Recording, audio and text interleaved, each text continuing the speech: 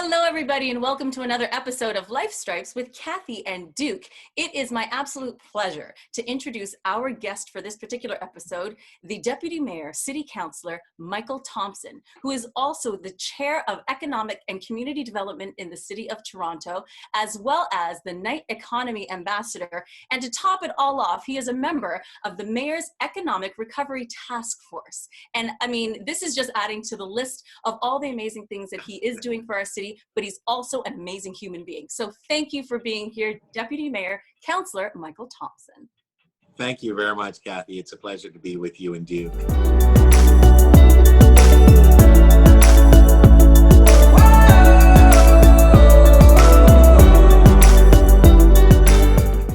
I am so grateful. Duke and I are so grateful that you agreed to sit with us.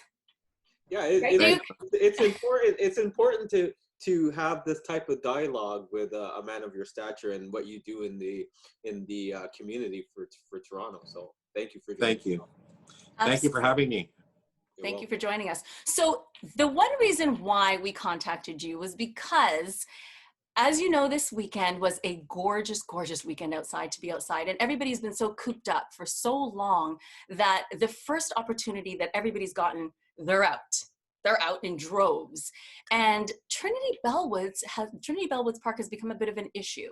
So I know on your IG page, you've definitely addressed the fact that maybe people took it a little too far. Can you speak to us about that? Sure. I realize that all of us have been cooped up in our apartments or our homes. Mm-hmm. Regrettably, some people are on the streets, but we are working to help those individuals as a city. Yeah. And it's been, for many people, over 9 weeks. And so we've had a weekend where the weather was actually terrific. The sun is shining, the grass is green, the trees are green, the leaves are on the trees, and it's basically summer. And what do we do? The weather's nice, we all want to go outside, but it's a different kind of summer. It's a COVID summer or COVID spring, which really, speaks to a health pandemic in our city. And we know some things about it, COVID. We don't know a lot of things about it. Mm-hmm. But what we do know is that it's contagious. Yeah. You can spread it to, one person can spread it to many different people and so on. And that creates a problem health-wise, of course, not only to the individuals, but to our whole system, because then others will spread it. So we've seen a weekend where the sun is out and, we do the things that we'd like to do, which is to go out and enjoy the outdoors, because we also are a winter country and we are just coming out of winter, continuing that, we've added COVID to the mix. Yeah. So I get it that everyone wants to be out. The problem is that we need to follow the medical officer of health's advice, social distancing, physical distancing, recognizing that we have to protect ourselves. We have to have masks. We have to actually ensure that we don't spread this virus further than it has already, because we know that it's fatal in instances and it's problematic health. It's a problematic health issue. And so for me, it was very disconcerting that hundreds of people will gather in a park and not practicing any of the directions that have been given by the medical officer of health over the last 9, almost 10 weeks. And we know that's advice that we need to follow. And so we're concerned because we've seen our numbers in terms of those contacts and contracting this virus increasing over the last week or so. Yeah. And we have heard that there is some correlation between, gathering for Mother's Day and other people like not following the social distancing rules and so on. So we're seeing those numbers increase. When those numbers increase, it comes with elements of death associated with it as well. Right. Governments are trying to protect its citizens, its people in their communities and so on, to make sure that we can get beyond COVID and people come out of it healthy. So what happened yesterday was very disruptive and destructive, because we don't know what the results will be just yet. Right. We'll have to wait. But I think that there's another piece that's really disconcerting, and it should all be very concerning for all of us. In the United States, we have heard the stories about African Americans contracting this virus in vast greater numbers than non-African Americans. And I've asked the Premier, I had a conversation with the Premier and Dr. Kevin Scott on April 22nd, where I asked about Ontario, if Ontario would collect race or socioeconomic status-based data. At the time, Ontario was not collecting it. The City of Toronto had just been saying, we're going to do it, but we needed that provincial, I would say, collaboration to really expand it beyond simply Toronto. And the province and the Premier's direction and Medical Officer of Health Ministry, Dr. Williams, they've all agreed that they're going to do that. They're going to collect that data because we want to see how it's affecting African Canadians. I don't know if it is or not, but we know what's happening in the US. Right. So we want to make sure that African Canadians can be checked, monitored, and to see how it's affecting us, because our health is as valuable as anybody else's health as well. Absolutely. But the reason why I raise this issue with you both is that it would appear that some of the people in Trinity Bellwood are of the opinion that this virus is only affecting people of African heritage and older people, because that's the thinking from many people, which is regrettable, because there are whites dying from COVID as well, and there are other people that are non-African heritage dying from COVID. So it really makes sense, as a diverse society and population, we need to make sure we take all the proper precautions and follow the rules that are in place, which is designed to actually help us. So in that sense, it's just regrettable. It's idiotic, it's silly, and it's stupid, quite frankly, that people are putting themselves in harm's way. So you could be asymptomatic, right, and not knowing, but you can spread it to other people. And we want to actually minimize and limit those things from actually happening so we can get beyond this. There's no cure at this point, as you know. Right. And so as a leader in this city, I just find it just indefensible that people would take those risks in terms of the magnitude of the people that you saw in the park. I'm not sure if you're aware of this, but there have been people of color who've been given tickets, $880 tickets for gathering. There are people who have been walking, and people sort of, chew them out saying, what are you doing? What are you doing out? And so on. And they have to be people of color. Mm-hmm. But yet we see all of those people in the park. Yes, there were people of color there, but there weren't that many. Yeah. Because in that area of the city, there isn't a lot of people of color living there. So the question is, what motivates people to do this? Is it just the weather, or is it just the height of stupidity, or is it the fact that they were just so caught up in their homes and they were just going to throw caution to the wind? I submit to you that it's probably a bit of everything, but we really need to remember that the health and welfare of your neighbors and your fellow citizens is your responsibility. Absolutely. And I think that we have to ensure that we follow the rules and the advice that we're getting, not because, we think it's the best thing, but because it's the right thing to do, right? It's not the best thing to do. I know that. I want to be out like anybody else. I want to do all sorts of things. Why should I not be able to travel? Well, because we know what the risks are, and we have to heed the advice of the experts and so on. So I hope that addresses the question. So I know I have two particular questions. So the first one, well, I'm just going to make a comment first of all. I don't know of any virus that is going to discriminate color, race, sex. It doesn't matter. A virus is a virus, and everybody, young, old, doesn't matter. Everybody is susceptible. And you hit the nail on the head in terms of people are asymptomatic, so they don't think that they're at risk. in that sense. And there's a lot of people who have it that are walking around who don't even know, and they are passing it on, and that's the reality. Yes. And then the second thing is, I know that a lot of well, as of May 24th, I believe, on your Instagram page in particular, and I'm going to say this because it was on yours, there was a notification, because you are very diligent in putting out the what's going on in the government, and so that we can all get the information accurately and on time. And so one of the things it said was, we can make a picnic.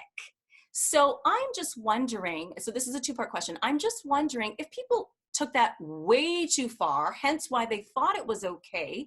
And then I know that if we do have an issue socially distancing, wear your mask. Okay. And so if you're going to have to be in close proximity and you know it, everybody, I believe, should have been equipped with a mask. I don't maybe think they anticipated the amount of people. I don't know why they wouldn't, but nonetheless, that was the situation. And the second thing is, why weren't the cops out there giving out tickets and or just removing people? What was that about? Well, I think you may need a royal commission. No. I think that's a really important question. Right. And I think we do need answers, because we've actually seen the police in other areas where, in Brampton, for example, there are a number of young men playing cricket. Yeah, I heard. The police were there. Yep. Each of those young men, I recall the article, they got $880 tickets. We have heard about other instances where both our law enforcement officers as well as the police have, spoken to people and moved them along and broken up gathering and so on. I heard a situation where a number of young men who were drinking in an area were charged by the police. So I'm very concerned as to whether or not there's one set of rules for one group of people in the city, and there's another set for another group of people in the city. I hope that not to be the case. Right. But what I don't understand is that Trinity Bellwood is an area, a very active area. The park is very active. It's who's park to be seen in and what have you. Yeah. And I know the police do police that area. And I know that the social distance rules were still in effect. The gathering rules were still in effect and so on. Yes, I know the sun was shining, but you would think that when the sun shines, it shines a bright light, allows everybody to see what's going on. It wasn't dark, where you would say that it was under the guise of darkness. It was broad daylight. And there were pictures on social media well in advance, but there didn't seem to have been any authority, based on what I understand at this point, who had taken a position to inform those who had gathered in the park that that was not allowed. And so I think too, though, we have to take some blame, I believe, we being government, because you're right, the communication went on and said you could gather in the park with a blanket, and you can gather with people who you reside with. 5 people, right? That's the limit, right? But even in Trinity Bellwood Park, there are a lot more than 5 people. So the rules were broken on many different levels, right? Yet, as I'm aware at this moment, speaking with you, no one has been charged. There has been no tickets laid. Nothing has happened. Yeah. There's no accountability. That's right. And it really is disconcerting to me as a legislator and someone who believes that we ought to follow the rules. And the rules have got to apply to everyone equally and fairly. So what happened? And I think we need to investigate that. And I think we're going to have you back for a follow-up so you can tell us exactly how that goes down. Sure. I would be glad to, because I'm going to be asking what went wrong. If nobody else moves a motion, I'm going to ask for an investigation to take place to tell us what transpired. Maybe there are lessons to be learned, of course. This is what I'd like to understand. But I think there's a broader concern for me. It's the application of the rules and rules of law. Because I will tell you, if there were other types of people gathering there, I really do believe, and although I'm in this city, that it would have been dealt with differently, regrettably. I think we all can. So are we calling the elephant in the room white privilege here? Well, I think that, you know what, to be honest with you, and I think I would say that it's something that we're going to have to take a look at. Right. I'm not sure what happened, but I'd like to know what happened. I see by the pictures the enormity of the people that were there were weighted on the non-diversity population of our city. Right. I think also the population of that area of the city is not very diverse. Yes, there's elements and sprinkle of diversity in it. Right. So I want to understand what transpired. And I want to know if, as government, we perhaps provided information which people took to mean something differently than what was intended, because we did say, you can take your blanket, you can gather, you can have a picnic basket and so on, but it was meant within a control way. Right. It was not meant to be as wide dispersed as dispersed as it was and widespread. But there's a problem, that something went wrong.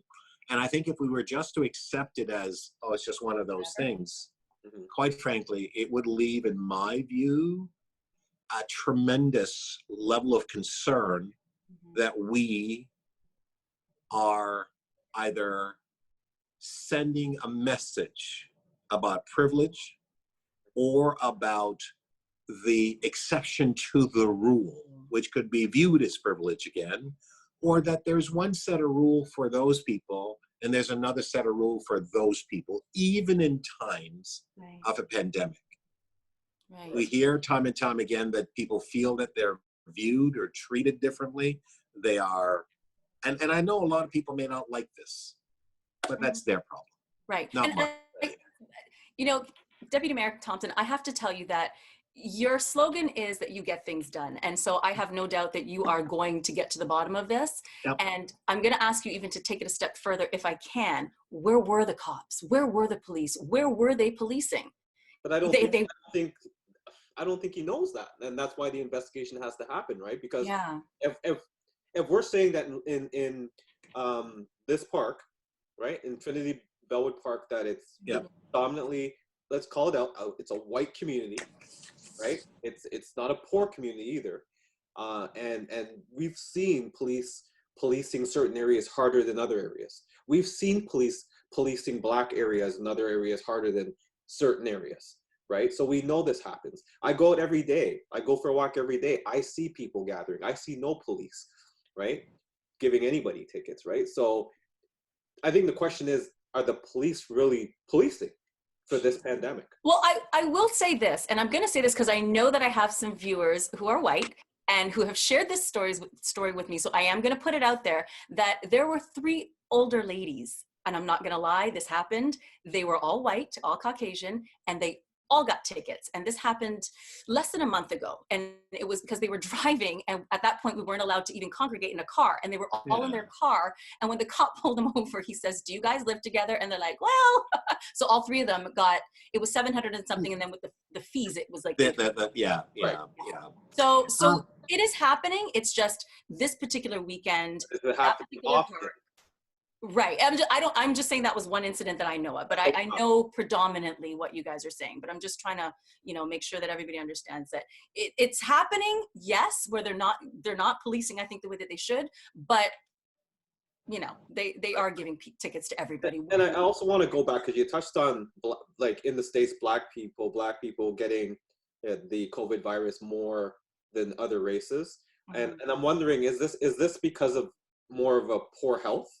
Again, I don't know the facts on it, but I do know, and I have a lot of family in the States and friends in the States that say, a lot of black people suffer from underlying issues because of lack of being able to get the medical treatments that we to afford them have in Canada, which we have OHIP, so we can go to the doctor all the time and get our yearly and medical checks and stuff like that. Where in the States, they kind of lack in that area. So they've got high blood pressure, they've got diabetes, a lot of them are hooked on drugs and stuff like that.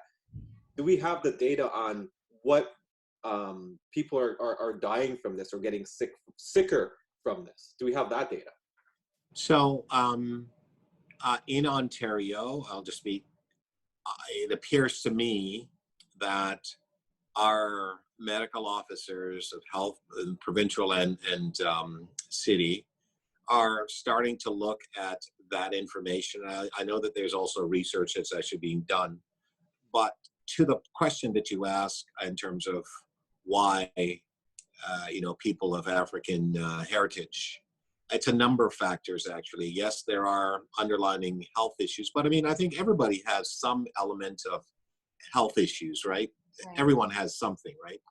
I think some of the issues for many of the people in the US, based on the materials that I've read, it comes down to where they live and sort of the density and the population in those particular areas and so on, and the quality of how they live in terms of quality of housing, as well as the type of jobs that they have, right? A lot of them are not able to work from home. They actually have to go to a place. A lot of them have to take public transit. I put out on my Instagram some time ago in social media, the transit operator, the driver of Detroit bus who died from COVID because a woman coughed on him. And he came out in the video and he was just saying, he was cursing, and ABC did a thing. They showed the piece on him. He was cursing. He was saying, this woman is coughing on me. When he was doing his video, you can see the sweat and the perspiration and so on come from him. I think 2 weeks later, he died, right? Wow. And because, again, of people using the system. I don't know what the numbers are in Ontario at this point. I don't know what the numbers are in Toronto, but I'm grateful, though, that Premier Ford and Ontario will be looking at that. I'm also very grateful that Dr. Davila and the city of Toronto's medical officer of health had seen fit to look into this. And I had been asking questions just sort of with the internal environment about whether or not this was an issue. At the outset, nobody really knew, but I think that we are, and this is really the beauty of Canada, we are concerned enough and interested enough in wanting to know that information. I will also say this, with great respect to our leaders, the Prime Minister of Canada, Justin Trudeau, the Premier of Ontario, and the Mayor of Toronto, Premier of Ontario, Doug Ford, and the Mayor of Toronto, John Tory.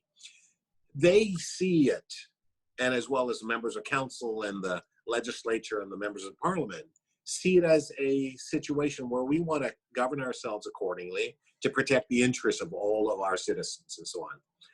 I say this because I participated on a number of U.S. calls, WebEx calls with U.S. cities from San Francisco, Wyoming, New York, and other places. And I've had conversations with folks, and they are dismayed and distressed in some of the instances because of their national government.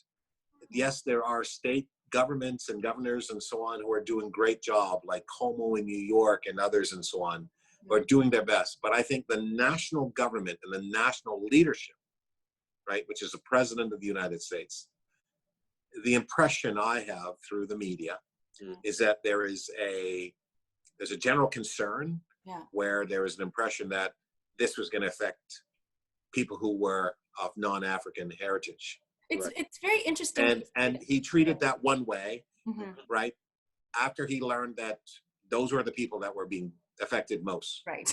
Right. And so it's a real concern. So I'm proud that we're not treating it or dealing with it in those particular fashion, in spite of our conversation about Trinity Bellwood Park and the people who gathered there and doing the things that they did. Right. It's very interesting that you say that, because I know I watched a clip that Oprah put out there. And one of the things that she said that really caught my ear was, she says, there is communicating and then there's connecting.